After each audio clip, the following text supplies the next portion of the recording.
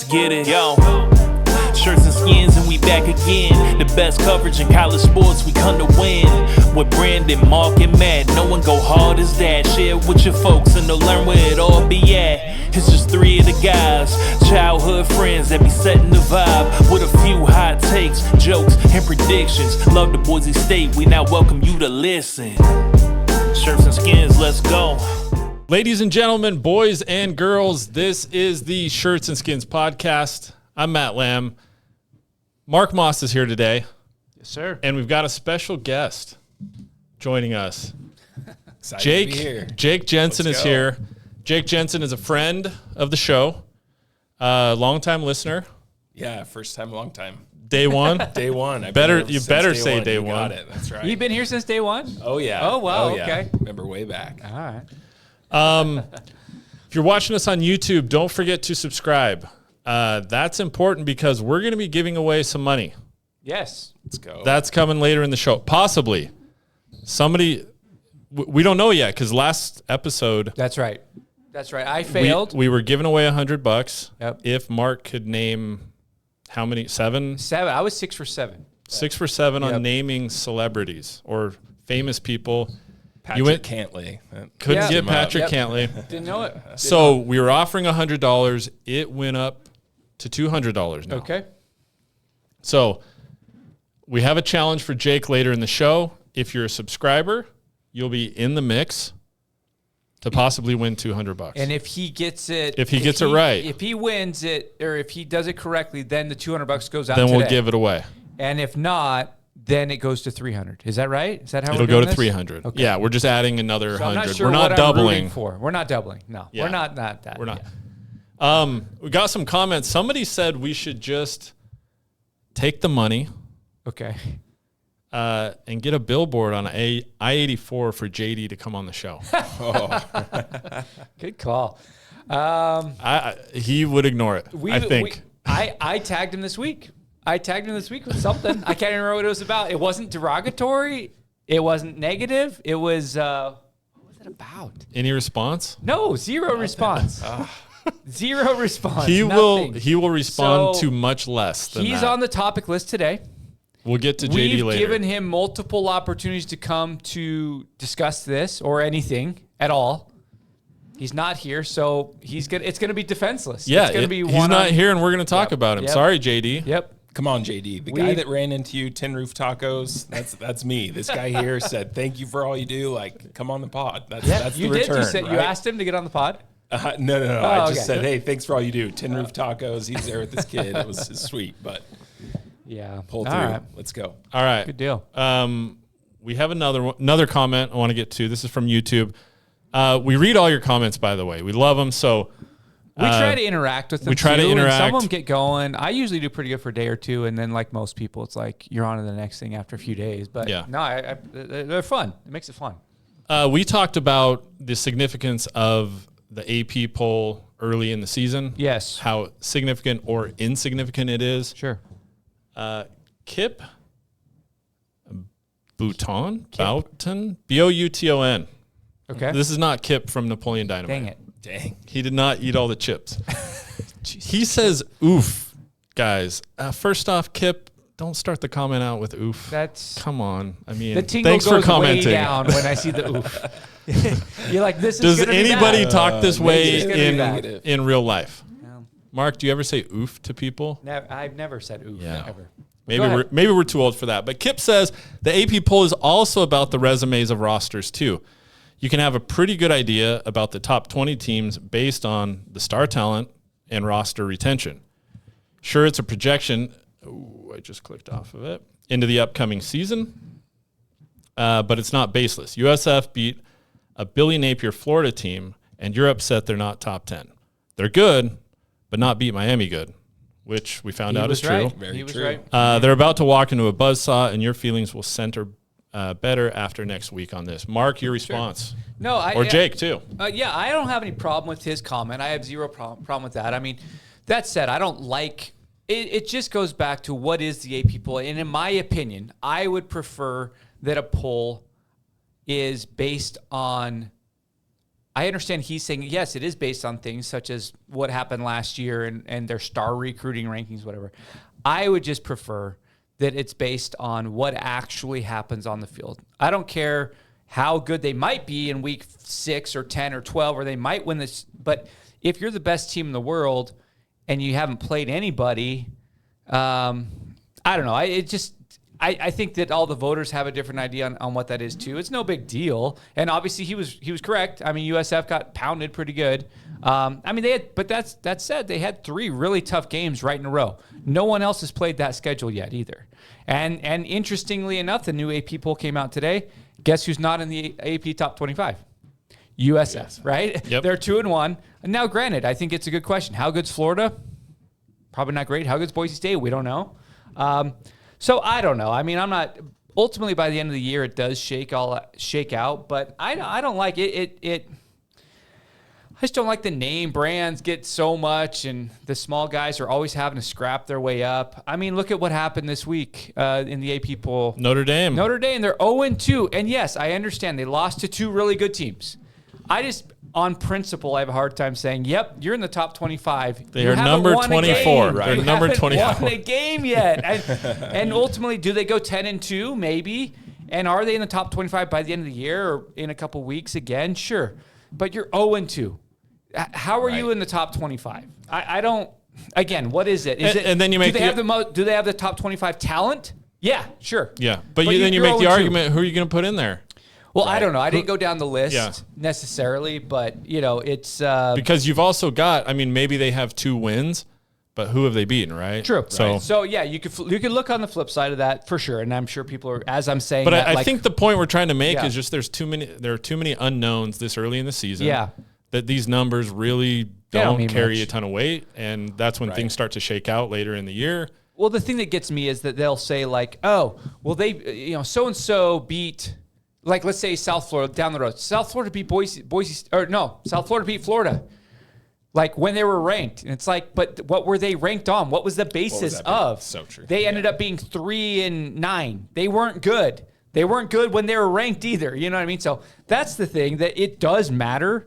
It pushes the narrative. It lays the foundation for the polls that do matter. And so I do think it matters. It's just, I think that the big names and the historical programs get preference. We know that. We're not going to change that. Sorry, Jake, I cut you off, though. You're good. And thankfully, the playoff waits, right? The poll for the playoff doesn't come out until later on, so we get to see what these guys are made off before the pool that matters comes out. And I completely agree. What are we basing this on, right? Like Boise State was supposed to be group of 5, shoe-in, no problem. And now we're sitting here like, oh, are they? What? We returned so many guys. I've seen some of those like unofficial polls, like group of 5 polls or whatever. And like Boise State's now like the 20th best group of 5 school, which I think that's ridiculous too. But I guess you could say, hey, on-field production, they haven't beaten anybody. They beat Eastern Washington. So I guess in theory, I mean, if I'm saying what I'm saying, like on the field, they're probably 19 group of 5 schools that have done more on the field. Ultimately, I think that Boise State will be in the top 3 or 4 by the end of the year, I think.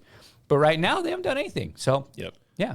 Surf City Bill said the kicking problem is going to come back to haunt us. I don't think you're going to find any of us 3, arguing that right now. It's a mess. It's a mess. Sat in the stadium at the Eastern Washington game, took a note that said, "We will lose a game based off of a missed field goal." You wrote that? That's the hot take, right? There you go. Lose a game. Or is the hot take Jake is more negative than Mark? Whoa. Look out. Careful. I think, has so much negativity. People are going to start tuning out, Jake. Clean it up. Right. Boise State Esports, who we went down and visited. Yeah. We toured their facility, talked to them a little bit. They commented, and I think this is due to you not being here some of the time, Mark. They said Mark isn't real, even though you were in the last episode. Am I an Brandon said hologram? Brandon said you were AI. AI. Okay. So I don't believe we'll it. See. We'll see. Yeah. I mean, do I need to hold a newspaper or something and you can see that I'm real today? You can AI that too, though. Right, you could AI anything these days. What is real? Yeah. Anyway, leave us comments, subscribe. We already said that. We're going to talk some college football, other happenings going around in the rest of the college football world. We're going to talk about JD coming up. some former Boise State players. Ooh. Oh, yeah. Yeah. Yep, that's on there. And then we're going to go 5 questions with Jake Jensen to see if we can get somebody $200. Yes. So stay tuned for that. Before we get started, I wrote this on there. I tried to get to it before, after last week, just because I love college football. I mean, the reason that I'm even here, or we're doing this, is like we love college football, right? And I love college football season. And I would just like to say thank you. Now, college football has its warts, and they're big, and we complain about them all the time. And they're there, and they're around. But one thing that I love about college football is that you can, depending on what you're doing and what your family's doing, whatever, how much time you have, you can start up on Thursday evening, and you can watch a buttload of games. I mean, like a ton of games. And there's not many things I enjoy more as far as watching at home or my downtime or my like just hanging out than a Friday night late or a Saturday night late, and there's some West Coast football on, and I can just watch those games. I mean, I love it. I seriously love it. I get in bed. My wife, maybe we want to watch something else or whatever. She falls asleep. There's games on till midnight. And I just love it. It's just like, it's awesome. There's games going Saturday all day long. I do Hulu Live, which actually has I know YouTube, people are going to say YouTube is way better or whatever, but I've been happy with Hulu Live, okay? All right. I'll get 10 games, like 8 or 10, like on my, and just go Jake, from are you a one to the other. YouTube guy? I'm a YouTube Yeah, TV YouTube guy. TV. Yeah. Multi-view, You too? Yeah. I've heard. That's fine. That's fine. I'm not here to debate that. All I'm saying is... Leave a comment if Mark should switch. Don't versus leave a Hulu. comment. Let's get a poll But up. here's the thing. Then you have the NFL, and I'm not a big NFL guy. But unless you buy the NFL, what's it called now? It's not the NFL Sunday package. Ticket? Sunday Ticket. Is it still called that? Yeah. Because now, did it go to YouTube? By the It way? is. Okay. Yeah. Unless you buy that, you got one game on at 11, and then 2 on at 2:30, right? Is that what it is? Exactly. And today it was Niners. Saints. Well, and Niners. there's a horrible Oh, yeah, game. Kellen. Like, Yeah, Kellen. Okay. Yeah. It's just like Cowboys-Giants game it's- went to overtime. Yeah, but it's just such a different Yeah, deal. it is. And it's not all day long into the middle of the night. I just love. Yeah, I'm glad I don't have to buy a separate package on top of my YouTube TV subscription to get. Wait, so you're just regular YouTube TV? Yeah, gets so you the to NFL? get Sunday Ticket, it's another like $50 a month, something like that. $60 a month. Yeah. Right. Yeah. So I don't do that for the NFL. right. So you're not getting No. all the games. No. Correct. I get That's the what I'm regular saying. games, yeah. That's what I'm saying. Yeah, I'm not paying for that. I'm not an NFL No, guy. I'm not an NFL guy either. If you were, then you pay for it. I get it. But I don't know. I just wanted to start us off by saying one thing that college football has right is that when was the last time a Boise State game wasn't on national TV, a football game? Like, it's been a decade. It's been a while. Forever. It's been a long time. And it's just right there all freaking day long is amazing. The energy you can feel through the TV. Oh, I yeah. mean, you're watching that Tennessee-Georgia game. You're seeing that Tennessee stadium. Like, wow, you can feel that atmosphere. You never get that from the NFL. Not at all. It's just different, and totally agree. I can just sit and watch college football all day. NFL, I'll tune in. What's Ashton Genting going to do today? Tomorrow. Yeah, tomorr's this game. What's Kellen going to do? They Follow lost. a few certain things here. Yeah, Kellen's going to struggle Spoiler. with Spencer Rattler, but love college football. Oh, yeah. I'm right there with you. Speaking of, now I have a complaint about, Here we go. about the TV. Mark's start with No, positive, which is great, Yeah, Mark. hey. That's good for you. I'm moving up in the world. And now we're going to the negative No. really quickly. So we were watching a game. Which game was it? The game that there was a. See, I watched so many darn games. Here I we don't even go. remember. It was there was a missed field goal. Yeah. Then they went into overtime, and then they kicked field goal, and the other team scored a touchdown. Who was that? It was yesterday. Tennessee, Georgia. That was it. Yeah, that was yeah, it, right? yeah. Okay. Yep. Did you were watching that game? Oh, yeah. How many times did they show that poor kid that missed the? Oh, no, you're talking Notre Dame. I'm talking Notre Dame. Yeah, Notre Dame. He screwed up. He botched the snap. He botched the snap. Sorry. They showed him relentlessly. They kept showing him, and then they were also showing the kid on the other team that had the holding penalty that called back the. And I'm just like, I felt so bad. That And my kid wife can't was step on was campus. upset. She was like, "Why do they keep showing him? Why are they doing that?" You know. And I don't know, man. I felt bad for them. You got to show them a little bit, but it was like What, was it a holding call, you it think? was. Yeah, he tackled a dude. I mean, it was a straight tackle. Yeah. So But, how does that bode for October 4th? That's a bummer. I'm bummed. Notre Dame's 0-2. I wanted Notre Dame to win that game. For sure. Yeah. I mean, just because it's still Notre Dame, it's still a name, it's still all of that stuff. And I don't know their schedule, but I assume they have a couple wins by then. And heck, they're 0-2 and still ranked, so they'll be ranked. Right. We'll be playing a ranked Notre Dame. hopefully. Yeah, assume they don't lose again. But that's a bummer because you wanted to go in there with Notre Dame top 10 and try and knock them off. But I guess what it tells us, in my opinion, is maybe they're beatable. Right. I mean, or lost 2, they're obviously beatable. Okay. So I was just going to ask you that. Does that change where we're at? So we're at week 2, right? Yeah. I mean, no, week 3, right? So we've seen, well, they've played 2 games. 0-2. They're 0-2. Yep. Mm-hmm. We're 1-1. Okay. Does that change our perspective or predictions on the game? Do we think we can go in there and compete with Notre Dame after what we've seen? Does it change at all? Jake, what do you think? Man, they look good. They look good. Their running back is legit. Their defense is legit. I mean, I just think they really did fit like what LSU and A&M, right? LSU is going to be a top 10 team. A&M probably moves up top 10. It's going to be tough. I mean, can we stop the run game? Can Madsen drive the ball down the field? Like, I don't know. Can we cover receivers? Exactly. Yeah. Yeah. Oh, man. Yeah. I don't know. I don't know if it changed a whole lot for me. I mean, I think it was going to be tough no matter what. I do think that we're going to show up, you know. I don't think we're going to get blown out in that game, but you never know. It's still a ways off. But it does. I wish they had won. Like and I don't even care about Notre Dame. I'm not pro or negative to Notre Dame, but I was definitely rooting for them. But Jake, you going to the Notre Dame game? I'm not. No. Mark's not, no, right? but you are, right? I'll be there. Lucky guy. So we'll see. Yeah. Cool. Other college football stuff, Mark. The Pac-2. Yeah, Current Oh my Pac-2. gosh. I don't know. I know I've gone into this, and I don't know if I want to beat this dead horse again. Well, we have some results to look at from this We last do, week. and it's disappointing. Washington man. State. Let's start there. Which one were they? They both got creamed, man. Washington State Were and they Oregon the North- State, who we're talking about. Yes, Yeah. and North Texas, who is not Texas State, by the way. No, Don't get them confused. no. So they're comparatively the two, Texas State is the more. We went after Texas State, not North Texas, right? I think Texas State is the more up and coming program, although North Texas has been around. But it wasn't even close, right? They lose by 30, 35. They lost big. Like 45-7. Yeah. Yeah, it was bad. It was bad. Oregon State is a mess. I mean, we talked about that last week plenty, but who did they lose to? It was someone not good as well. It was, it was Texas Tech. So they at least lost to a decent Legit team, but it team. wasn't close. It wasn't close. And I don't know. So how excited are we to join the Pac-12? Is it better than what we currently have? That's the question. It really is. Now, I've waffled back and forth multiple times, documented in this podcast. Yep. And I'm waffling again. I mean, you see, look what New Mexico did. They beat UCLA. Now UCLA just fired their coach.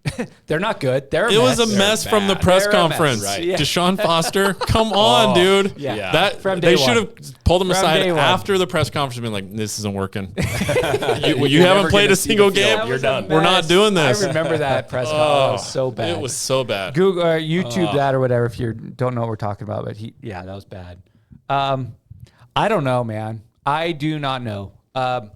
You start to add it all up. Wazzu and Oregon State, they were part of the cool kids club for a long time. And the problem is they weren't the cool kids, right? They were like part of the friend group and everyone like hung out and everyone was cool. they had their times, right? They've had, yes. Not consistently. No, not consistently. They've had some years. But you had Mike Leach in there coaching. And Sure. he And did Mike some good Riley things. had some years Yep. there. I get it. They were a top 5. But ultimately, they got left behind for a reason, right? And when we're going to join the Pac-12, we're going to join Oregon State and Washington State. I think in my mind, I'm thinking, okay, we're joining the Oregon State and Washington State that we know, that like we've come familiar with, where they packed our stadium. Their fans are super enthusiastic. They've played really good games against Oregon and Washington and come up and won some big-time games, been ranked. And can they get back there? I sure hope so. And they took a beating with this whole conference realignment thing, but oh man, like they are dropping fast. Both have lost their coaches. Both, it doesn't sound like the NIL game is up to snuff. Both were on the road this weekend, I believe. I think Washington State was at North Texas. Why are they going to North Texas? We're going to talk about that with Boise State. But it just is like they both played at home last week or the last 2 weekends, and I saw the crowd shots, and it's like, whoa. What's going on here? Like, we're leaving the Mountain West because we have teams that are not investing. Their fans aren't there. Washington State and Oregon State, in my mind, packed smaller venues, packed houses. I'm seeing games this year that they're not packed houses at all. Right. They don't look good. It was 59-10, by the way. Is that what it was? Yeah. Oh my gosh. And so it's disappointing. Like, especially when you're in this upstart Pac-12, like I'm in that mode of like, hey, last night I was rooting for Texas State over Arizona State. Arizona State won, but they're competitive. Right. I'm rooting for Fresno. I'm rooting for Utah State. I'm rooting for these teams because I want the Pac-12. I mean, we're trying to say that we're the fifth best conference, that we're independent of the group of 5 schools, that we're somewhere in between, that we're nipping the heels of the Big 12, right? Right. It can't be further from the truth right now.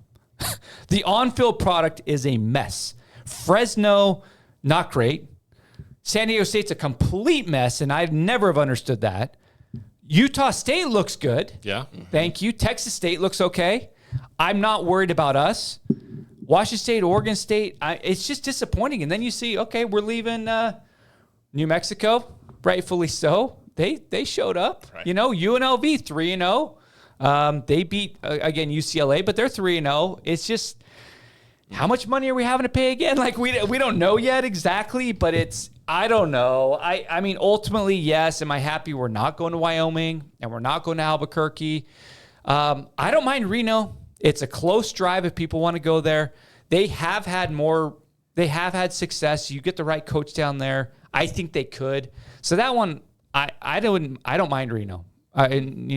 So I don't know. This whole Pac-12 thing, it's like, okay, everyone rise up, like invest, be good. And I just feel like, is this not the exact same? Right. There's no doubt that the American is a better conference right now. Tulane's 3-0. They've beaten 2 Power 5 teams.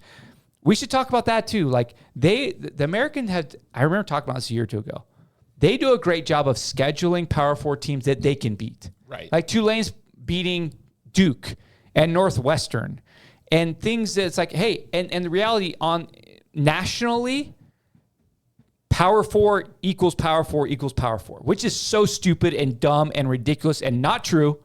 But that's how ESPN puts up. That's how it is. Oh, look at this team. Look at this conference against the Power 4. It doesn't matter. They don't care. Why aren't we scheduling those games? I feel like we're like, okay, Utah State's going to Texas A&M.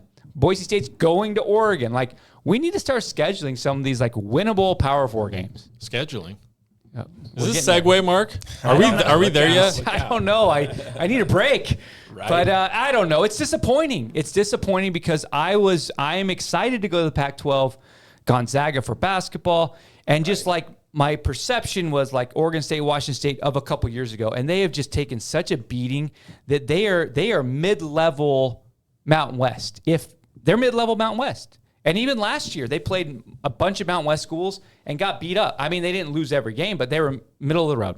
Yeah. And it's disappointing. The hope is that you get back to a conference and it helps recruiting. The recruiting has just had to take in a huge hit when you're going to recruit a kid and it's like, well, you don't have a conference championship. I don't know what conference or if we're going to be in a conference. But yeah, come play football for us. It'll be great, And now that maybe there's some solidity, hopefully they can get back to where they were because we need them to, right? Yeah. We need them to be top 3, top 5 year in and year out for football for sure. So hopefully. Yeah, because I think that's what Boise State has been looking for, right? Like where we have been at the top of the Mountain West.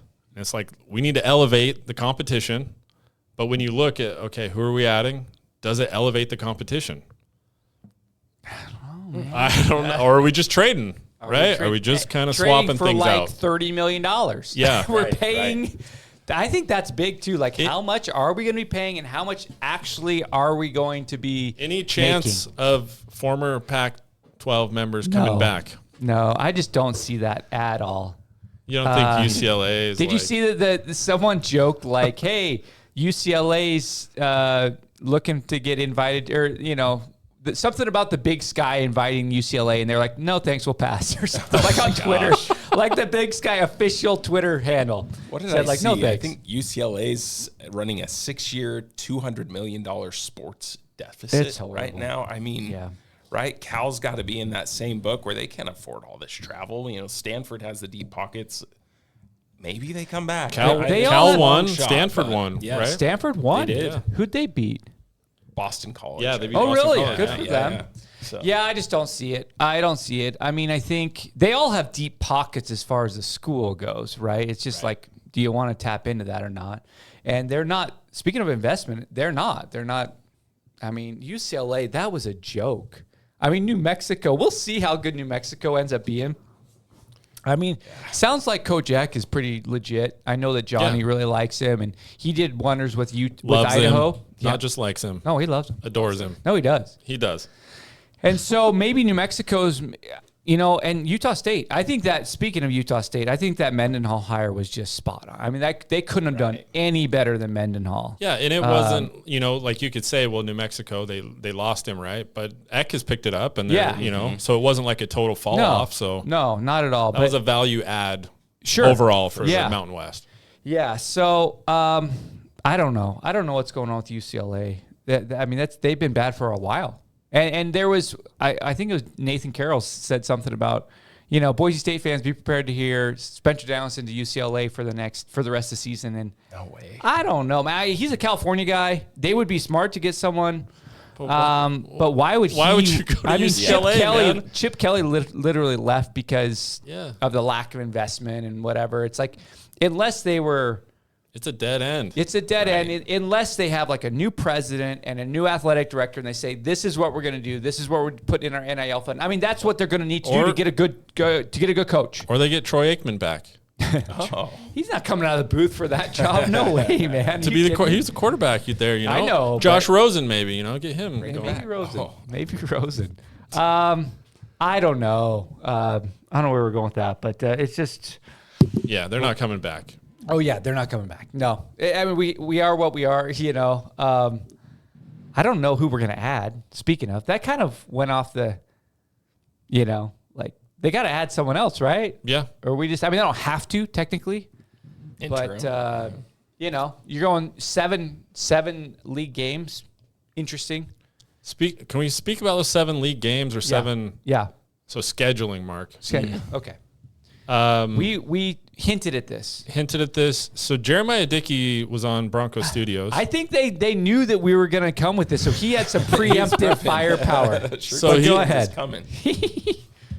So what was the big takeaway from JD's scheduling? So interview? JD was on what's it called? Bronco Studios. With J Test.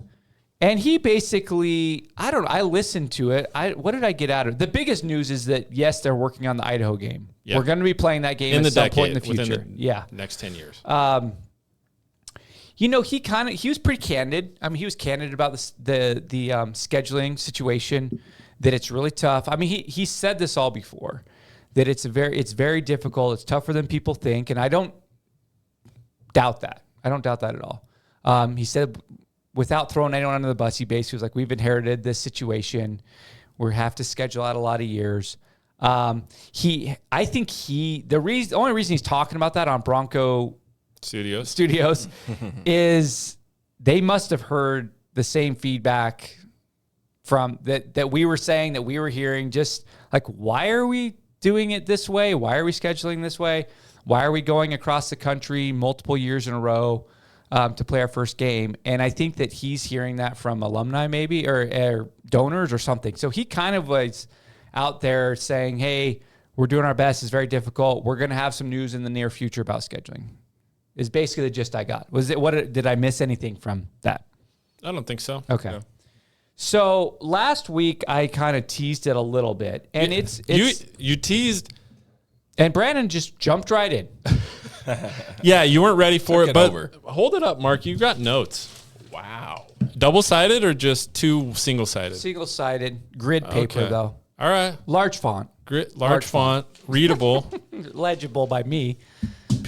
PT handwriting. Yeah. So here's the thing. We are JD people. This podcast is For sure. very pro 100%, JD. 100%. Here's the thing that I liked most about JD. Jake, pro? Come on. Pro JD. Okay, there we Okay, go. pro JD. Let the record Yeah. show. Here's the Absolutely. thing that I liked and continue to like the most about JD is he came into a situation at Boise State where it had been stagnant from the AD's office for several years, okay? When it came to fundraising, improvements in the facilities, scheduling, anything. Just vision overall. Yeah, just, any substance behind any sort of plans. It just wasn't there. And the thing I like most about what JD is, he came in and he said, okay, I hear you, but screw you. You're wrong. We're going to do it here. We're going to raise money. We're going to get this North End Zone project. We're going to do the East End Zone. We're going to win games. We're going to do this. And what did he say? If we don't have it, we're going to go out and get it. I mean, he was just like, he did not accept the status quo. And that's why all the things that have been happening here have been happening because of him. I loved his attitude. I love his attitude when it comes to that. Okay? I'm saying this right now to him. Look at the camera, Mark. Which one? This one? This one. JD, I don't care that it's difficult to schedule. No one cares. Okay? It's not easy. We all get it. But this, what I'm about to read, is unacceptable. Oh, boy. Okay? Gloves coming out. We are not operating from a scheduling standpoint like a team that wants to be a top 25 program acts. Even close. Now, this isn't on JD, but because he inherited all this. I totally agree. And it's very difficult. But he's done it multiple times where he's changed things around. And I didn't write down every change, but there's been a lot of games, schedules, and things Michigan that have State? been pushed back. Well, I mean, just like moving from one year to another and changing things around.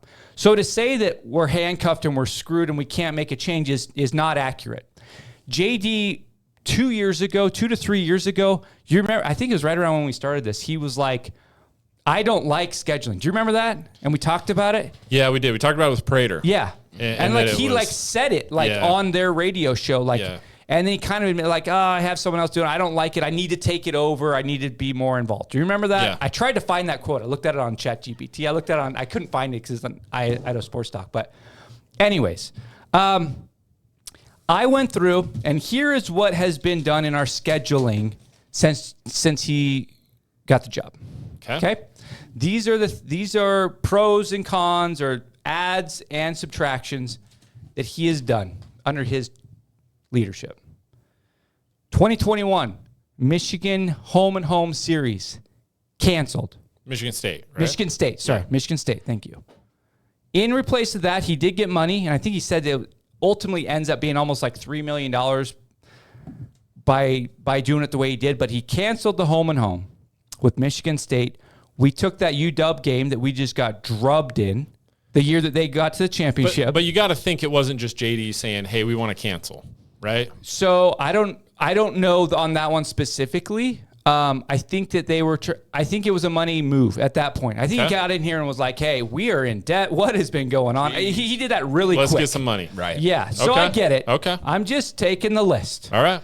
And we took the UW game in 23, and then we took a game at UW in 29 that's still coming up. Okay. We also, a part of that deal, took a UT Martin home game and a North Dakota home game. Okay. In December of 2023, not his fault. Again, wasn't his call. Oregon canceled the home game. They had a 2-for-1. We were going to go there twice. They were going to come here once. They said, we're not going to your place. We can cancel all of them. JD took, we played the game last year, canceled the home game here, and then took the game that we go back next year, week 1, and took some money for that, $1.4 or something like that. So he got some money.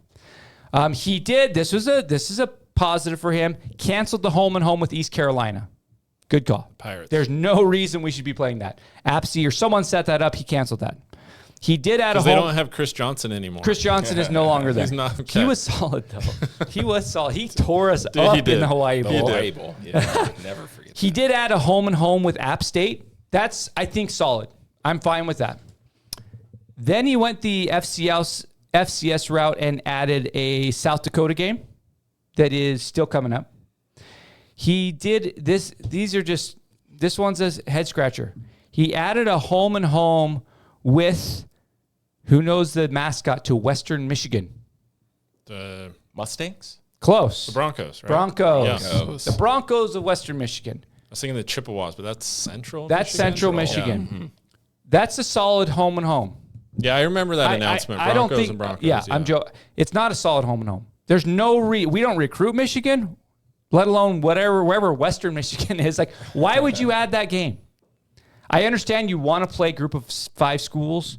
Now we actually have a lot of Mountain Is it because it's the best West. that was out there I don't to know. fill that spot? Because that's the thing, and I know you understand this. Yes. The issue with scheduling is the timing of it. I mean, it's a schedule. So you got to figure out who has an opening this year, right. who needs a non-conference game, away, home, whatever it is. There's so many things that go into it. I know. And I was being facetious. Yeah, no, I'm just... For sure. I'm just saying that he hasn't done anything, okay? He hasn't done anything palpable.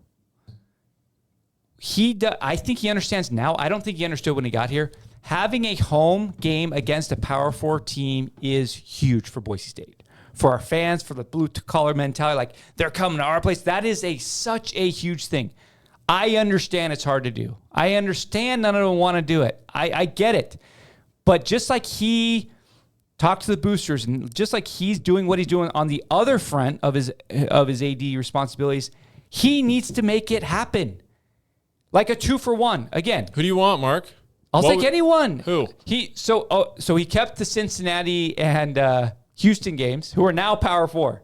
They weren't when we made them, but they are now. He kept them. Those are the games you want, right? Yeah. Those are beatable. Yes, those are beatable. Right, sure. Right? I would love UCLA. Would be great. USC. I think anyone in the west of Mississippi would be great. I'd take any of them. I think BYU needs to get back on the schedule somehow, some way. And quite frankly, they're a Power 4. So do we need to go 2-for-1? Probably. And I think he would love that, right? I think so. That wasn't up to him. That ending of that. No doubt. That's BYU going to Big 12. I didn't even write that. Yeah, that's not his fault. A lot of this wasn't his fault. Right. I'm not saying it was. I know he's not purposely doing anything. It's just, this is the situation we're in, and it's not great. Here's the worst part, and this is in relation, and this is what got me started with thinking about this, with the South Florida loss, week 1. Listen to this. I mean, so the last home game we had week 1, the last one, week 1, was the COVID year Utah State. That doesn't count because that wasn't even supposed to be the home game. Before that, it was 2017 in Troy. Name one top 25 aspiring program that hasn't had a home game week 1 since 2017. You can't. I promise you can't, okay? Now we go to the future. 26, week 1 at Oregon. 27, week 1 at App State. 28, at Cincinnati, week 1. 29, we get Cincinnati at home. That's our next 29. home game. That'll be a big one. 29. Wow. 30 at Memphis, week 1. 31 at Houston, week 1. 32 at Rice, week 1. Like, you have to be kidding me. Jeez. I don't think he did most of these. The App States he did. Rice was on there forever ago. Yeah. I remember and that keeps getting pushed. Yeah. But, like, seriously, what are we doing? Week 1, that's out of 10 years, we're going to be at home for 1 out of 10 years or more? Like, that is not the way you act. Like that, when you are trying to be what we want to be, that's not what you do. Period. End of story. I don't care. That is difficult. Idaho State, Idaho, Montana, anyone, put them week 1, then go ahead and go play App State. Go ahead and play, at Memphis. That's great. As long as we're getting them back here. Week 1 on the road, especially on the other side of the country, is the stupidest thing you could possibly do when you're trying to build a schedule for this program. It's not Georgia at the Chick-fil-A Kickoff Bowl. No. That would be one thing. Yeah. Virginia, okay. Or Ole Miss when we played them. Sure, any of those right. games. It's just, it just drives me nuts. And it's like, oh, well, and again, I just go back to, I love JD. He's amazing. He's done an amazing job in so many regards. And he busted down doors that just like, no one was breaking him down, and he did it. And then you're going to tell me that we're stuck to this schedule for the next 10 years? That you can't do? You can raise $30 million in a year when AppSU was making $4 or whatever, and you can't change someone off week 1? Like at least half of the time, I don't buy. I mean, it's not that I don't buy it. It's just frustrating. Yeah. I mean, it's not the way you do it. It's not the way you do it. You look at last year, Georgia Southern. We kind of barely won that game. Barely won. Right? We needed that game. We needed it. And that could have been bad had we lost that early game on the road. Right. And we've lost on the road. We've lost our game 1 like 4 out of 5 years or something like that. Washington at Oregon State. Like, at least those were regional, though. Yeah. I don't know. I love the guy. I love what he's doing. But you look at the the Eastern Washington game and you say that should have been our first game of the season. Yep. Yeah. That should have been the not only home opener, season opener. Yes. And I just feel like there's got to be a way to move some things around. You're not going to change everyone. There's no way. No. Right. But there's got to be a way to make a change there. And it's just, when I actually sat down, I kind of heard rumblings about, and so when you actually sit down and look at it, it's like, who put this together? Wow. Yeah, it's got to be in his defense, right? Yes. And I know that you said we're all pro JD. We are. We love what he's doing, right? I think having disappointments and frustrations with the scheduling is totally fine. We're fans. But I think you look at this and you say, you throw conference realignments, shakeups into the mix, right? Yep. You throw what's been inherited into the mix and how many years out that. I mean, talk about Rice. Rice has been on there forever. And it was a joke when we first got it. It was like, oh, Rice Owls, sweet. Yeah.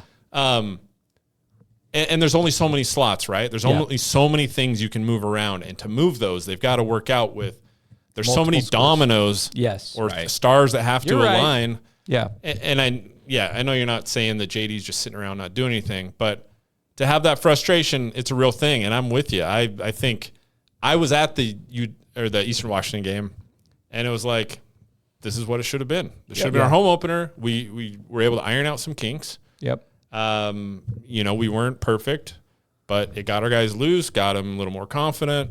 Yeah. Yep, and now we're 1-1 with a loss already. That's bad. That was a bad loss. And I just the good news, potentially the saving grace is that, the SEC, if you haven't heard, the SEC has been for forever been playing 8 conference games a year. They are now moving to 9 starting next year. And we're actually already seeing, speaking of dominoes, some of those dominoes falling. So there was Arizona State. I can't remember the exact teams, but there was multiple teams that, was it Florida? An SEC team this week canceled multiple games with like other Power 4 schools to make room for that 9th game. Okay? And so I know Arizona State just happened to be one of them. That would be a fantastic game. Like, let's go 2-for-1 Arizona State. Yeah. Go down to Tempe. Maybe do one of those kickoff things. That's the other thing. I just saw that Oregon State, they just announced BYU is playing a kickoff game against Oregon State in Vegas. Great. I mean, BYU draws well in Vegas, right?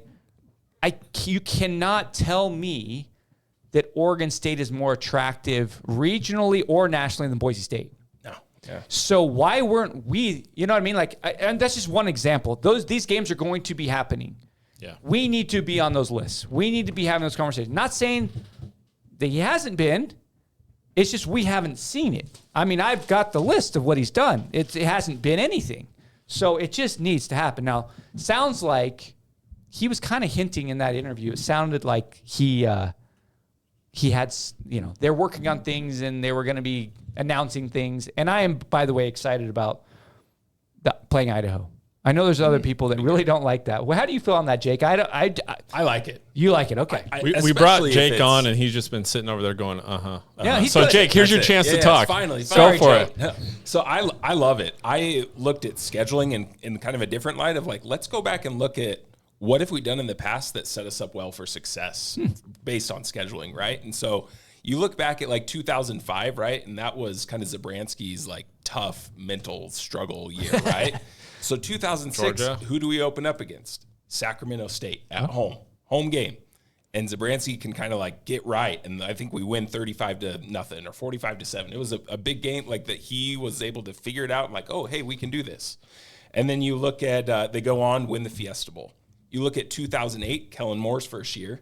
Idaho we State? open up against Idaho State, At right? home, yeah. At home. Kellen Moore gets to like figure things out, and he's able to go to Oregon and win that Do game. we win that right? game if it's flipped? Right. You know what I mean? I don't know. Probably Oregon, not. At Oregon, Kellen Moore's first game, do we Yeah. win that? Probably not, right? Yeah. And so I'm looking at that trend, and then we just got into this mode of like, we have Kellen Moore, let's go be giant killers, right? And that's what we've stuck to, of like, well, that was great, that was fun, but Kellen Moore doesn't come around every year. We've been looking for him since he left, and I don't think he's coming back. So let's get back to these first game kind of warm-up games, if you will. Have Eastern Washington be our first game. Who knows what happens if Maddox is able to kind of figure things out, get things rolling. Then we go to USF. Does that look different, right?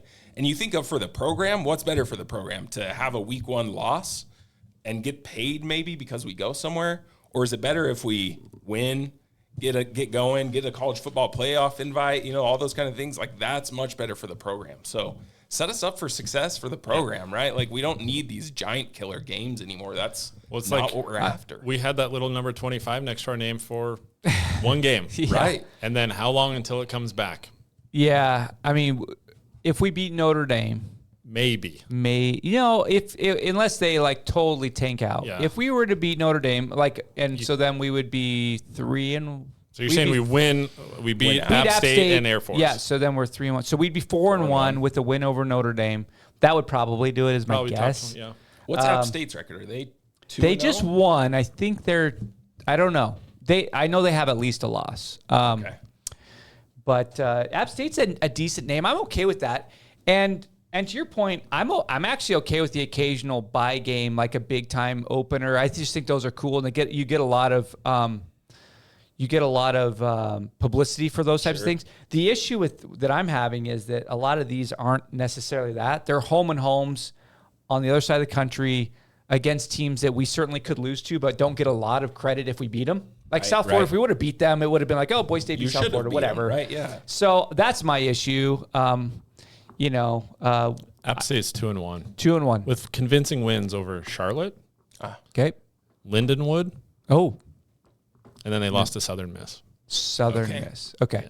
So I'm excited. I am going to that game, by the way. App State. App State. Yep. Here. I think that would actually be a cool place. Boone, North Carolina. Have you seen pictures of their stadium?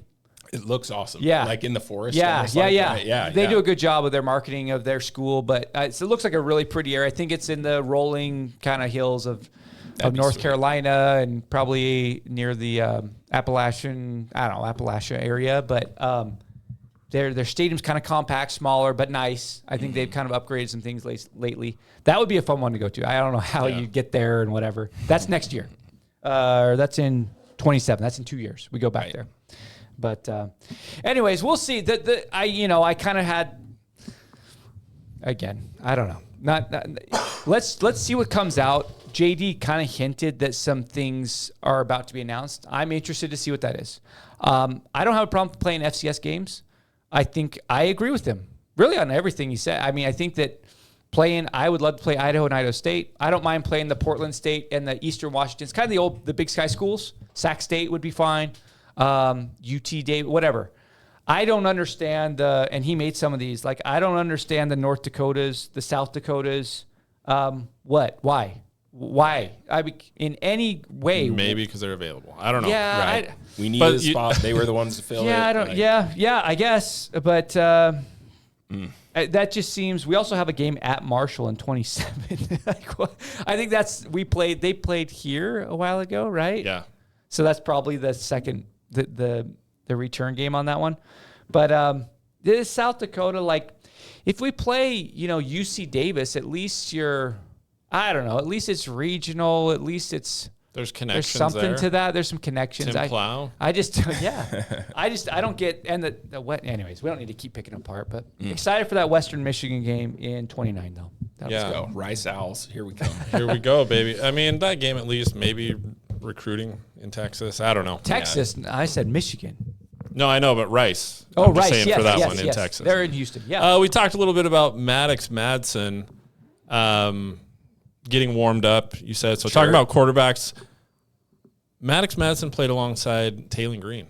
You guys remember that? Where's he at? You remember that? Is he playing football somewhere? That was my segue into this next segment. That's a good segue. We're getting better at that segue. There we go. Well, when we have notes on the board in front of us. That helps. That helps. Help. Taylen Green plays for Arkansas. Yep. Arkansas is not in the Mountain West. They play tougher teams, I think. And Taylen Green is having a great season so far. How do we feel about the Taylen Green situation? Obviously, I speak for all of us when I say we're happy for him. Oh yeah, good job. Totally it's awesome. TG10. Oh yeah. I will say some of the transfers that leave here, and it's just totally me being butthurt and me being whatever. Totally, on one hand you're like, hey, good luck.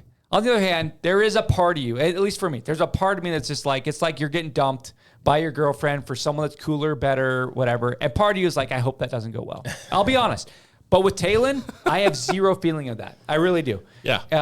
I really hope he does awesome. I'm not a big NFL guy, so I haven't looked at, but I mean, he's like the number 1 rated quarterback in the SEC right now. Like he's 6'5". Yeah. I assume he's NFL. Yeah. I don't know if he's a round 1 guy. I have no idea, but he was awesome when he was here. I mean, we went to a couple signing things. Like we gave him crap for not being able to throw 5-yard routes. Well, yeah, there was some of that. Ones. So, but anyways, yeah, so I will just put it out there first before we get into that. Like, I'm super excited for him, and because I think that he's a good kid, and he did it right? Like he finished out the season before he transferred. Yeah, and didn't just bail won on a championship, right? Went and won the Mountain West championship. Well, he kind of bailed on us before that bowl game, but that's true. Not. That's kind of it wasn't the way it has to happen middle now. of the season. Like, see you guys on or Hank, season. Exactly 4 games and you're out. Right. But so anyway, Taylen Green. Yes. He played under Andy Avalos. There was the controversy back and forth, right? The 2 quarterback system that worked so well. According to Brandon. Perfect. Brandon Check the tape. Loved it. Check the tape. Bush Hamden loved it. He's doing great at Kentucky. Anyway, when Spencer Danielson, somebody pointed out on Twitter, when Spencer Danielson took over, Taylen Green was the starter, right? Well, because Mad Dog was injured. Was injured. Yep. Yes. But it wasn't like, I guess what they were trying to point out was Spencer Danielson did what he could to keep Taylen around. He tried to keep him. He absolutely tried to keep him. Yes. So, my cousin pointed out to me, by the way, he's like, I think you guys bag on Mad Dog a little too much. Oh, okay. So it might continue. But okay. Maybe not so much on Mad Dog, but the fact that we let Taylen Green get away. Yeah. What are our thoughts? It's hard because that year was so bad in so many ways. It was a mess. And he got jerked around so bad. And there's still, for the end of time, until the end of time, we're going to have opinions on that. And ultimately, we got Mad Dog. We got to roll with Mad Dog. And maybe ends up being fantastic. But I don't blame Taylen for leaving. I don't blame Spencer Danielson for trying to keep him here. Any of that stuff. But it's just not it's not Danielson's fault. It wasn't Cutter's fault. It was Avalos and it was Bush. And he got a good offer, right? And he got a great offer. He's a great player that got a great. He's a team captain. He's closer to home. It's great for him.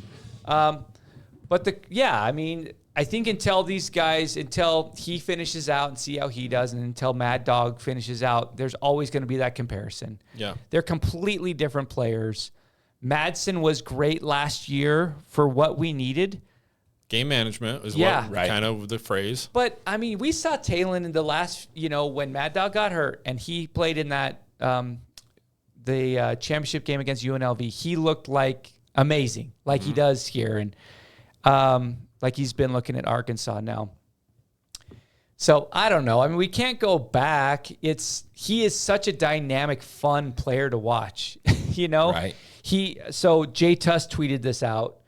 Last night's game, he was 22 for 35, 305 yards passing with a touchdown, no interceptions, 14 carries, 105 yards, 1 touchdown. And the most interesting part about that is he says he's just the 5th player since 1995, so in 30 years, to go on the road in the SEC and pass for 300 plus, rush for 100 plus, and score touchdowns doing both. I mean, he is at least for Boise State, he's generational. We're not getting another guy walking through the door like that. Now, he did have his issues, but I think you could argue that a lot of those issues was the turmoil going on around him. I think that there was, can you imagine with Dirk? He came in and made the best of Taylen as a freshman, and Taylen looked pretty darn good. He had some issues, but can you imagine Dirk having the full off season with Taylen Green and Ashton Jeanty last year, and then Taylen Green now again this year? I just think that our ceiling steps up this year if he is our quarterback, but I understand what happened, and it wasn't really anyone's fault it's still here. But I think that it kind of does. Or what, Jake? Do you have anything on that? I'm right there with you. I think the turmoil, the Bush Hamden leaving, Dirk Cutter coming in, he just didn't know what was going to be here. And he's like, yes, I love Spencer Danielson, but too many unknowns, and I have this guarantee at Arkansas. Don't blame the kid at all. Go fight for that, right? Like, and we love Taylen. We saw flashes of what he's doing now. Yes, and it's awesome that he's gain that consistency, because that was always the thing. We would see the flashes and the consistency just wasn't quite there, and that's what you put the work in for, right? And now it's showing that the consistency's there. We need that from Mad Dog. We need Mad Dog at Penn State, right? Like, that was maybe his best game all season. He threw some picks that were, I don't know that I put those on him, but we need that now. And he showed some good things against Eastern Washington. Can that come against legitimate defenses? That's going to be the question. Can he throw the ball in some tight windows? Can he put enough zip on the ball to get it in some of those tight places? Well, I hope so. Yeah. I'm watching another game last night. It was later. My son and I were watching a game, and who was it? Anyways, doesn't matter. It was one of the games, and they mentioned the quarterback, and they're like, at only 6'1", he had and they were mentioning how short he was and how the problem, with the offensive line. And my son was like, 6'1", my son's 11. 6'1", is that small? And I'm like, well, a lot of prototypical quarterbacks are 6'3", 6'4". But I said, that's not that small. He's like, well, how tall is Madsen? I'm like, he's listed at 5'10". I don't know what he is. And so it's like, there are limitations there. I don't care what you, like, Drew Brees had those limitations too, but he was 6 foot, you know what I mean? Right. And he was an NFL player. Like, there's limitations there that he's always going to be an uphill. Now, what we love about Mad Dog as Boise State fans is that he's a fighter, is that he is a good guy, is that he's been counted out and he's blue collar. Like, I love Mad Dog, but there's limitations. He doesn't throw many interceptions. He doesn't. So he handles or manages that part of the game, right?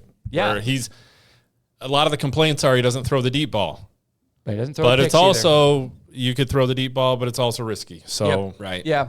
So we'll see how it goes. I think, and I don't know, I wanted to get to this. So there is a comment, I think I had forwarded it to you guys. Yep. And I don't know, dude, does anyone know who DeBlue is? I don't know. DEBLU. I've seen that on Twitter. He's on all. Yeah. He's part of the Bronco family, right? Out on Twitter and part of the just the dialogue out there. And so he actually DM'd me a couple weeks ago. I think it was right after. It had to have been right after the USF game. He slid into Mark's DM. Sure did. It happens every once in a while. Heyo. Usually middle-aged guys talking football, but that's it.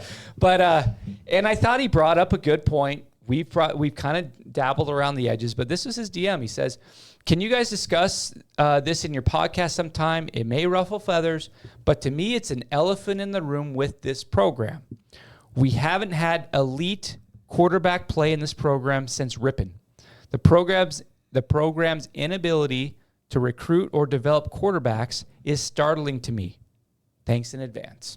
I wanted to put that out there. What were your guys' thoughts on that kind of just general thought? I think it would be great to do a numbers comparison. Yeah. Right? Because I think we develop these ideas in our head. A lot of people think Joe Southwick wasn't a good quarterback. His numbers were actually pretty good. Were they? Yes. Yeah. See, and there's just these memories that you have that you're like, nah, he wasn't good. Well, he wasn't Kellen Moore. Right. And so you think, well, he wasn't good. And I think you kind of forget about some of the things that other quarterbacks did. I mean, you could look at Montel Kozar. You could look at, Jalen Henderson, right? Yep. And I think you kind of forget about some of those guys and what they did. Were they elite? depends on what our definition of an elite was. And you have Brett Rippon, who his last name goes a long way. Was he a good quarterback? Yeah. I mean, he's in the NFL. Of course, he's a great quarterback.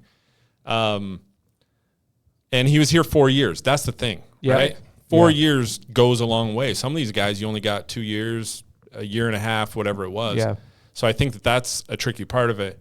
Does Brett stay here in the NIL era? I don't know. Got like 2 years and he's gone. Like, yeah. So that's what's, I think, tricky about the conversation. It's easy to go to Brett Rippon for who he was. Was he great? Yes. You could say Taylen Green's elite, right? But, you know, we didn't, I guess is that the argument? We didn't keep him. So who really was, I don't know. I don't know how, first of all, when he said that, of course, it's coming off that loss where Mad Dog didn't look good. Okay, so I think we have to put that into that perspective. But I think we've talked about this. Like, why have we not had a quarterback from Boise State that actually finished here get drafted? I think to your point, as far as like objective numbers, Ryan Finley, of course. Well, yeah, Ryan Finley, right? It's we lost interesting. him. Now we lost Finley because Rippon came in and played well, right? Isn't that what happened? Finley got hurt, and Rippon had to start and played really well. And at the end of that year, that's right, Finley had to leave because one of them had to leave, basically, right? I think that's Are we getting the years right? I'm pretty sure it's Finley and Rippon. Yeah, I'm I think sure so. you're right. It wasn't. Because that's what it was. Yep. Chat, correct us. Yeah. Here's what I would say on that is that Boise State has undeniably been the top team in the Mountain West and the WAC before that for 2 decades. In that time, usually you would associate the top team having top quarterback play. The interesting thing is, like, since Rippon, have we had a guy be first team all conference? I'm just talking about Mountain West, all conference. I don't think we have. I'm not sure we've had anyone second team. So I think it is a good point. I mean, Hank, the recruiting part is interesting to me because Hank was a top recruit. He was a 4-star kid. He was a highly sought after recruit. Yep. And he started out with a bang, ultimately ended up transferring. Things got sideways, but the recruiting wasn't the problem with, I mean, he was a high recruit. Yeah. Rippon was a high recruit. We haven't really, and it's tough when you recruit someone and then they play as a true freshman. It's really hard.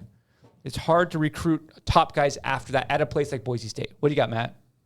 This is 2013. We're a little early on. 13. Yeah, with Ryan Finley. So we had Joe Southwick. Okay. And we had Grant Hedrick. Yeah. And then Finley. What do you mean? With Finley on that team. Nick Patty was also on the 2013 team. Wait, so when was Rippon? What about 14? Yeah. No, Finley, because Finley transferred to North Carolina State and got drafted from there. Why did he leave here? Why did Finley leave? Yeah. Because he got hurt and it wasn't Southwick, right? No, it was Rippon. Rippon took over. Southwick got hurt and Hedrick took over for Southwick. Yes, so this is after that. Okay. All right. Anyway, go ahead. No, I'm just saying, I don't know. I don't know. I'm not sure. Yeah. I don't know. I go back and forth on this because I feel like, man, we have top recruits, but we've just had some weird things, and maybe it's typical for football these days. I mean, you could look at, I don't know, probably look at any school near us, and it just feels like it's hard to get a guy come in, sit for a year, and then be a starter for 3 or 4. It just doesn't happen a lot anymore.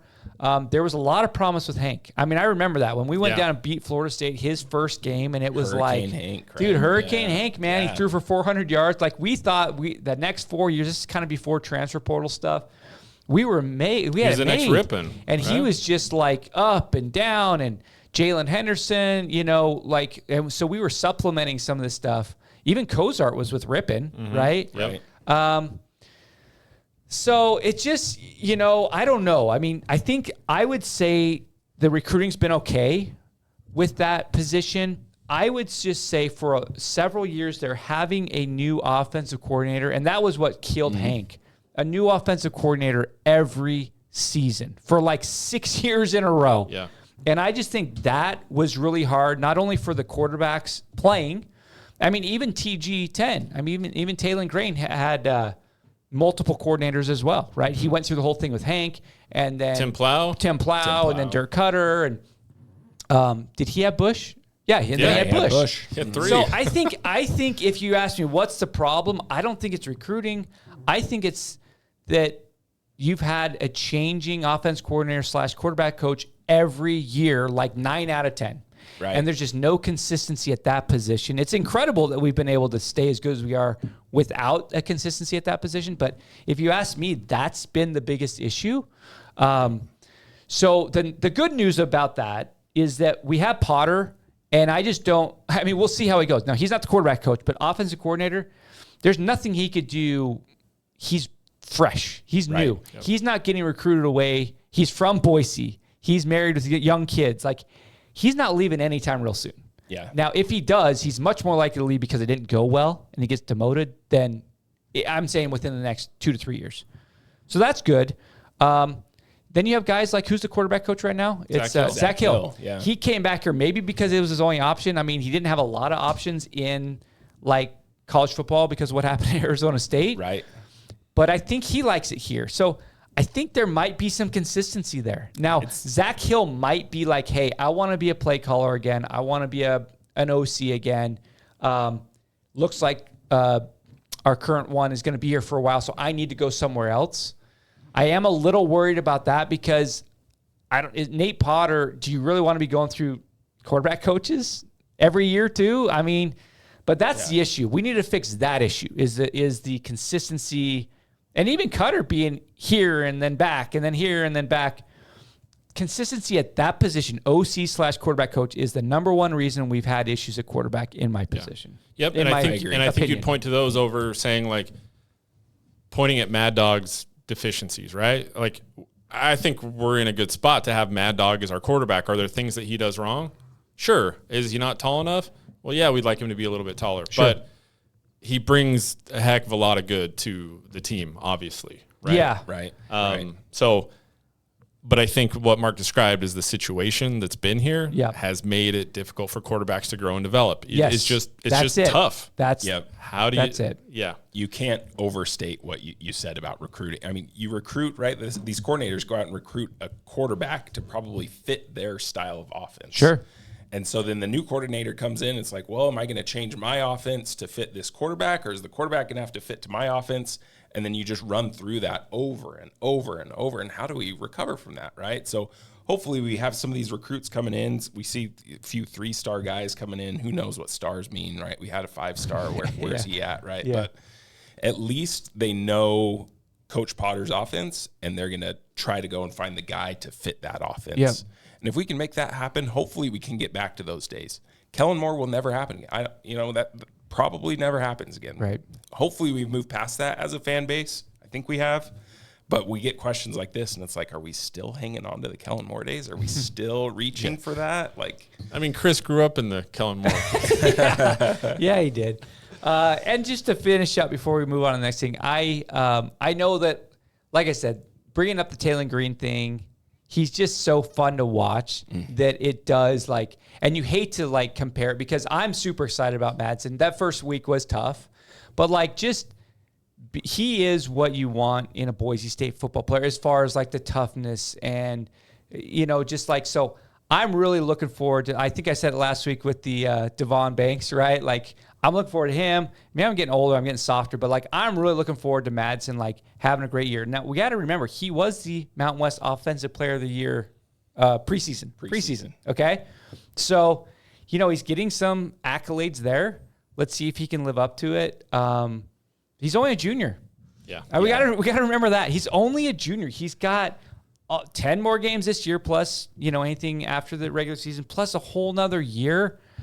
He might end up being really good. Like, Grant Hedrick played a year and a half. So if you think about it this way, Mad Dog's already played a year and a half. Grant Hedrick, who we all, like, look and adore because he won a Fiesta Bowl. Fiesta Bowl win. Right. He was a gamer. He was really fun to watch. In his career, he's still on the bench at this point. He didn't start until the midway through his junior year. Mm-hmm. And so I think Mad Dog can be that good. I really do. Now, Hedrick was his completion percentage was off the charts. And so far, Madsen's hasn't been as good. His accuracy needs to improve. But I'm still, like I said, he's still a junior. He's got basically 2 full years. I think by the time he gets to his senior year, we're going to look back at this conversation maybe, hopefully, and be like, that was a silly conversation. Yeah, TG was great, but Mad Dog balled out. Just like we did with Ripon. We are glad we have him. Yeah, we're glad we have him. You really feel like his and Chris Marshall's connection is just starting to bud. Like, I think that that's going to sprout into something very impressive. And you look at Chris Marshall in that stadium, I mean, you're up in the stand, you can see he's different, right? Like, I really hope that develops into something of just like, oh, finally we have like our Austin Pettis type receiver back, right? The guy that can just go up and grab balls. That's what I think he can be. And it'll be fun to watch that develop. I'm excited for it. No doubt. I agree. We're going to move to 5 questions, guys. We mentioned it before. Chance for somebody to win $200. Cold cash. Here we go. Cash in their pocket. We're going to pretend the music's playing in the background, Jake. We'll get that later. Brandon, our music guy, is out. Wherever he's at. I think playing golf or I don't know what he's doing. Thanks for the invite, Brandon. I don't know. Yeah. So what are the rules? There's music. He needs to get all. He has to get all 5 of these right. Jeez. And if he gets all 5, someone gets 200. We're going to pick a subscriber at random. We'll get in contact with you. We'll hook you up $200. Sweet. Awesome. Just for subscribing. So if you haven't done it yet, Now's the time. do it now. Subscribe. Smash that. We can be honest about the subscriber thing. Like we have goals, right? We said that we have fun. Yeah. We would love to hit 1,000 subscribers. Yeah, I'll put it we're out there. We've never said this. I think it'll be awesome. We're at 700 and something. 30. 730 Ish. You know, I mean, we would love to hit 1,000 subscribers. I just think that'd be cool. Be kind of a milestone I think we for were like us. 650 before the season started. Yeah, Got to so bump a little the season's bit. all we bump up. So yeah, if you could, we'd love you to subscribe. Brandon promised us steak dinner if we hit 1,000 subscribers, right? Who is steak dinner? Did he say that? Yeah. Brandon promised that. Yep. And Okay. we all get Teslas. You heard it. Cybertrucks. Sweet. I don't know. Heard it here first. Jeez. All right, Jake.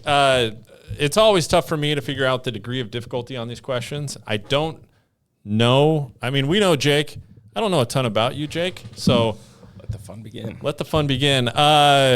We just talked about Maddox Madsen. So number 1, Maddox Madsen was named after 2 baseball players. You familiar with this?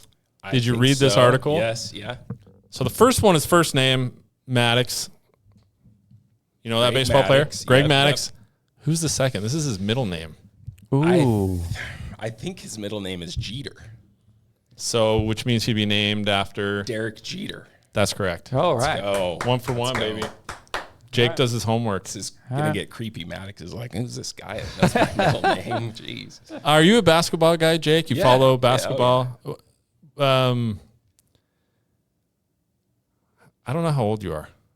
He's like 35-ish. 35. Yep, Okay. Yep, 35. Okay. Maybe. I'm just wondering how well you know Boise State basketball in 1996. Oh, boy. Bobby Dye, who is now the second winningest basketball coach behind Leon Rice, was replaced for the 1996 season. Who replaced him as head coach? Oh, my gosh. This may or may not have something to do with you. Or your name. Or Interesting. I'm probably going to miss this. The coach I remember when I got here was Greg Graham. But it's not going to be that because that's not my name. So it's got to be He spit a lot when he talked. Spit a lot of Coach- spittle. he loved defense. Coach Jake. Coach. Coach Jake. Coach Jake. Interesting. Final Coach answer? Jensen. Coach Jensen. Yeah. Coach Jacob. You're going to have to do a little better than that. After his stint at Boise State, he actually coached at the College of Idaho. He did. Really? Yes. Wow. I do not know this. Doesn't. Did you ever go to the Boise State camps with him? Did you No, go? I didn't. I Went to did. Boise State camp. Yeah. He brought Chris Childs out a year or two. Anyways, go Ah. ahead. Bummer. Jeez. Who is It was Coach Jensen, Rod Jensen. Rod Jensen. You never heard that name? No. Wow. So Rod Jensen came after Dye. He was an assistant. He was like the defensive. It would be like if we hired Burns right now. Okay. Yeah, he was like Yeah, the defensive assistant. He wanted to win games 40-38. I kid you not. Like low scoring. he loved defense. He was a nut. So who was after him? Greg Graham. Greg Graham was Graham, after okay. him. Yeah. And it was like the total opposite. Greg Graham didn't care about defense. It was like he just score points, right? Right. But Rod Jensen, he was a character. He had some funny like clips on Idaho Sports Talk. He had a kind of a funny voice. Yeah. He had He a was a gap in small his guy. teeth. He had a big gap in his teeth. Man. He was kind of a character. Yeah. He ended up being okay for a while, but ultimately, I think he coached Roberto Bergeson, Clint Hordeman. Hordeman. He coached Jerry Washington. Okay. R.I.P. Jerry Washington, right? That guy was awesome. He coached some good players. Yeah. But and they had some success. But ultimately, at the end of his tenure, he ended up getting fired. But he was kind of a nut guy. He was intense. Yeah. Okay. So no one's getting 200 bucks. No one's getting 200. We're bumping up to 300, but 300 next week. Let's finish this. we're going to continue on with the next questions. You pretty good speller? Hopefully. Decent? Decent. Spell Chihuahua. Oh wow. Oh my gosh. I don't think you guys were getting the money either way. Oh wow. Let's go with CHIUAUA.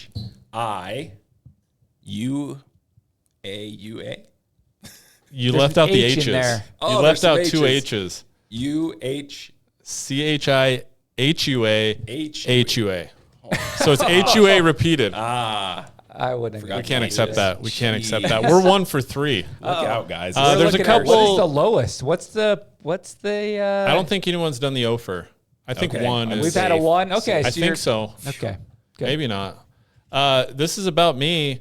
Currently, Matt is listening to more Taylor Swift or more Gracie Abrams.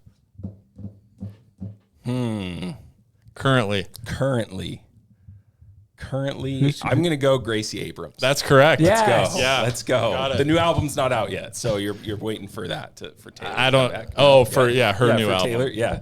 Who's I don't know. Gracie Abrams? Oh, I feel horrible saying I don't that. know. Is it a Just new some person? young Okay. I don't know. I would sing, but My you guys don't yeah. daughter. want to- you don't I'm want to getting listen to old, her, man. So that's how I know about her. All right. Not that I listen to her a ton. It's just More than Taylor. It's on More than Taylor it's on Swift right repeat now. in the car, yeah. I tell you what, Travis Kelce showed up to his game today in a suit with shorts. Oh, Tie. I thought that suit look top, was and gone. short. Yeah. approved Oh, that? LeBron had that a year or two ago, right? It's let bring it back. LeBron keep Bring that. it back. Name the best Sinbad movie. Sinbad's on our wall behind you.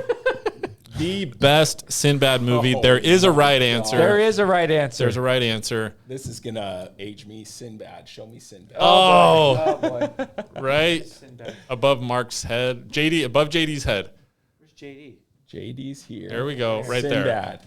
They can't. Can they see that on the? I have Oh, heard wait, the hold on. name, Sorry. but Hold on. I It's do right not here. know. Sinbad's Right right, there. here. I Yeah. don't think I can name a You don't Sinbad know a movie. single one. No. What about Jingle All the Way? That's Yeah, not the you've best. never seen but he's Jingle All the okay. Way? Okay. He's Yeah, with the- Arnold Schwarzenegger. Yeah. Him and yes. Arnold are going back and forth for the Okay. Robo Man or With the whatever. rowboat. Yes. So I know that one. That's it. That's That's not the the best best one. one. No, it's not. No, it's No, not. I was saying that's all you know. Yeah. Yeah. What movie? I do think there's need only to go like home and 3 watch? though. Can I take this one? Get it. It's got to be House Guest. It's House Guest. It's got to be Okay. House Yeah. Classic 90s comedy. 2 for 5, Jake. Ouch. That's rough. That's a failing grade, but not the worst. Not all your fault. No. Those questions were I tricky. was, Those were a I was couple coming ready tough for everything based on my name. Is that kind of what? we Yeah, got some of that. usually I missed the Rod one Jensen that was, one. right? I mean, come Yep. on. Yep. That's tough though. So $300 we bump it up to. So Awesome. We're you've getting got there. they've got time. Yeah. To subscribe. We talked about how little they could afford with $100 last time. 300's getting up there. Yeah, That's a season you pass could at take Bogus Basin. You could take the family to Five Guys with $300. Oh, definitely. How what big? the- Depends the on how big the large family fry? is. Don't go with the extra large fry, but yeah, you don't need to probably get the Five Guys. Milkshake? No, $300. Yeah, well, come on, Debatable. dude. What are we? Maybe saving. Go get a Frosty at Wendy's. Yeah, Frosty on the way home from from Five Guys. Right. Yeah, we're definitely over the hour mark. Air Force. We got a game this week. Yeah, we got a game Yeah, this we do. week. We're gonna cover. So we'll have an episode after the game, but pregame stuff. Quickly, what are we thinking, Air Force? My initial thoughts are, you know what, our DBs, maybe they can't cover the pass very well, Can they tackle? but I think they can hopefully tackle and field a triple option pretty well. I think we've, like, knock on wood, maybe figured that out a little bit. It's been a while since we've got tricked up by the triple option too much, and so hopefully, our guys can set the edge. And Fortunate time to have a bye week. exactly, right? Work on that tackling and not get tricked up by it. I So. just wonder, is the bye week better before Air Force or after? Yeah. You want one? You get 2 bye weeks. You get one before, one after to heal up. Yeah. Golly. What do you think, Mark? Yeah, I think they always play us tough. I mean, more than anyone else, I feel like they rise to the occasion to play Boise State. I was shocked to see the lines came out today. The initial line were only favored by 4. It's unbelievable to me. Like Utah State, what are we going to be? Are we going to be like underdogs by 15 at Utah State? Like, Are you kidding me? What's going on? They beat them by 19 last night. We're going to their place. I just don't think they're great this year. I mean, Utah State, I get they had, the Fighting Mendenhalls. I mean, I guess they're better this year. Well, they scored 49 against Bucknell. Who did? Air Force. Air Force did. And they scored 30 against Utah State. They scored 30, so they can score. If the weather gets crappy, I mean, there's a potential for issues there. I think we win the game. I'm not I can't imagine we only win by 4. But somehow, so many times, these become 1-score games. They become 10-point games or less. So we'll see. I mean, I don't think this is one of Air Force's best teams, obviously, the way they struggled last night. But if we want to get where we want to get to, we got to win this game. I think that we will. I will say we cover the 4. I can't imagine it stays at 4. I think by the time game hits, it's got to be closer to 6 or 7. But I think we win, but, maybe win by 10. Matt? Yeah, I say we win as well. This is another test. This is not an easy game. I think we've talked about Mountain West and how, it's not as great as we want it to be. But I think if you overlook Air Force, it's just a totally different style of football game. Yep. And they run it. No and then no Oladipo. Yep. Some of those guys have had the experience. thing that kills us is if they can connect on the deep pass, right? Because they lull you to sleep and then they hit one for 50 and they score. I say we win by 7. Okay. 27-20. Okay. That's my prediction. I'm going 37-27. I guess I better put a number on it. Right. Jake, what do you got? I'm going to go, let's go 32-14. Okay. We win. A little more optimistic. Yeah. I like All it. right. Yeah. Cool. That's Good. it. All right. Well, that's Awesome. going to do it for us. Again, subscribe, like. We appreciate you watching. Leave us a comment. That's going to do it for us. We'll see you next week. Peace.